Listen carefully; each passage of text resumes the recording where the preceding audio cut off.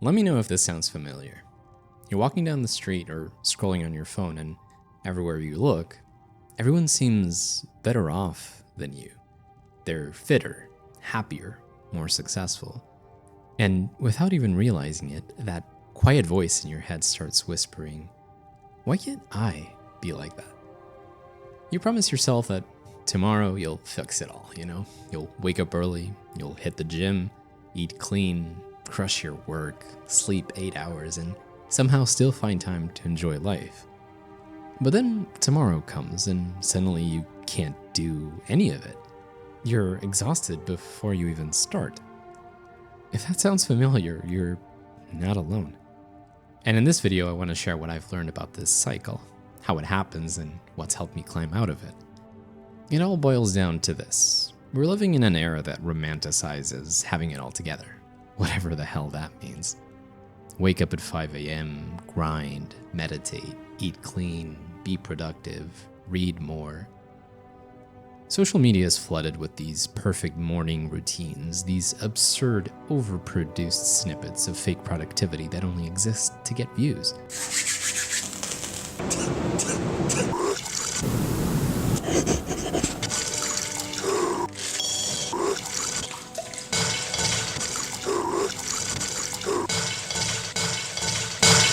At least 10,000. And sure, most of us can look at them and laugh. We know they're unrealistic, but even then, something deep inside still whispers, they're better off than me.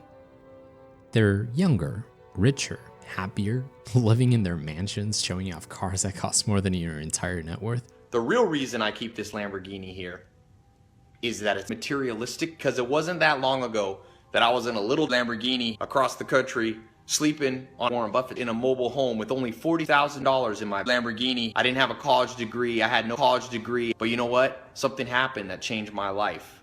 I bumped into a Lamborghini and another Lamborghini, a few more Lamborghini, found 5 Lamborghini. And it's hard not to feel trapped in comparison, especially if you're working a 9 to 5 feeling like your life is on pause. I get this because this is me too. This is something I still wrestle with every day. Somehow this obsession with self-improvement has turned into a performance. We turn growth into a checklist. And the irony is brutal. The more we chase this illusion of balance, the faster we burn out. The more we try to become everything at once, the quicker we become nothing. Stretched thin across goals that never even felt like ours in the first place. There's that voice in your head, like a football fan screaming at the TV from the comfort of his couch. He tells you to work harder, that rest is for the weak, that if you stop, you'll fall behind. Before long, you start measuring your worth not by who you are, but by how much you've done today. And when you inevitably fall short, that same voice is there again, reminding you that you failed. And I know this voice because I live with it too. This is me. This is you. This is everyone I know. We're all, in a way, incredibly judgmental. Not towards others, but towards ourselves. Think about it for just a second, okay? If a close friend or family member you love was doing their best, but fell short, would you criticize them? Would you be harsh? I'm guessing the answer is, of course not. You tell them you're proud. You'd remind them how far they've come. So why is it that we don't do that for ourselves? Why do we treat ourselves like the enemy instead of someone we're supposed to care for? Maybe the truth is we just don't love ourselves enough yet. I'm not saying we shouldn't push ourselves or strive for more. We absolutely should. But things take time. Growth takes time. So here's the first piece of advice I'd give you. If you wouldn't speak harshly to someone you love, then don't speak that way to yourself. You're also someone who's trying their best, and that deserves compassion too.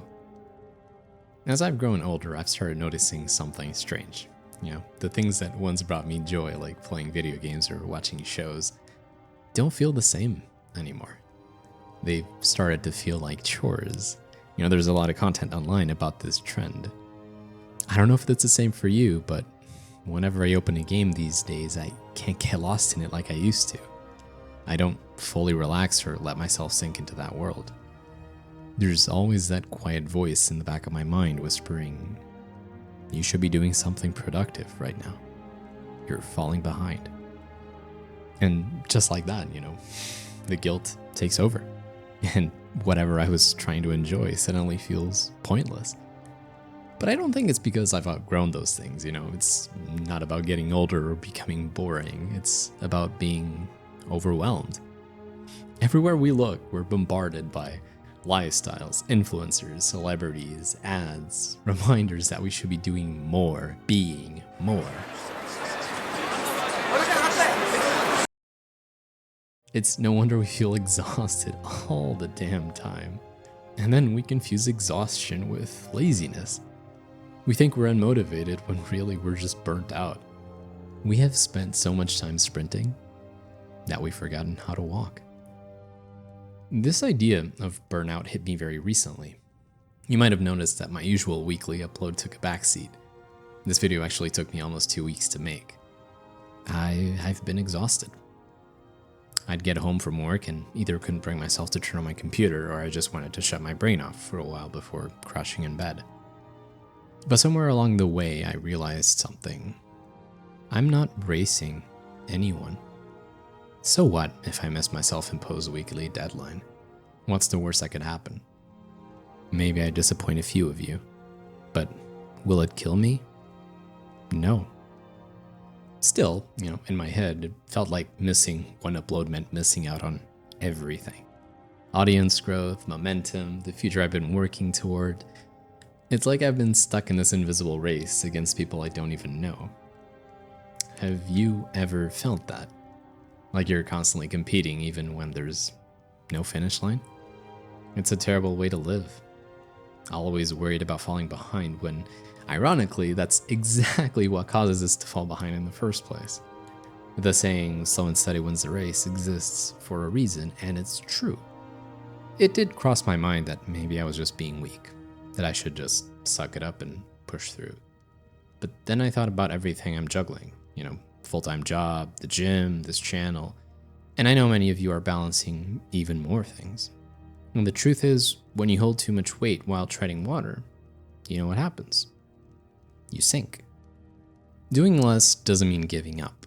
It's more like using a filter, focusing on what truly matters and letting the rest fall away.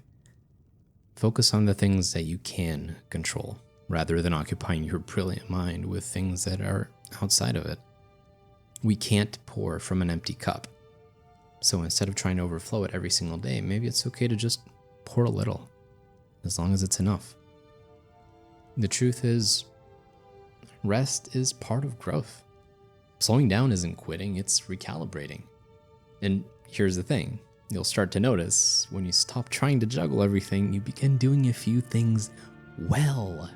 And those things, the ones that really matter, start bringing you joy again. That's when you realize you were never falling behind. You were just carrying too much weight. I'd like to thank you for sticking around with me until the end. I want to leave you with this. In a world that constantly tells you to do more, the most radical thing you can do is stop. Stop chasing every goal at once. Stop trying to outwork everyone else. Stop mistaking movement for progress. Instead, slow down. Focus on what truly gives your life meaning. The people, the small joys, the quiet moments that actually make it worth living. Because as someone once said, you don't have to set yourself on fire to keep the world warm. Hey, if you made it all the way here, thank you, really. This video took me a little longer than usual, and honestly, it's because I was feeling a bit burned out myself. But I think I figured out some things along the way, and from here on out, I'm going to try and stay consistent without losing balance this time. If you enjoy what I do and want to support the channel, you can do so over on Ko-Fi. There's a link in the description below.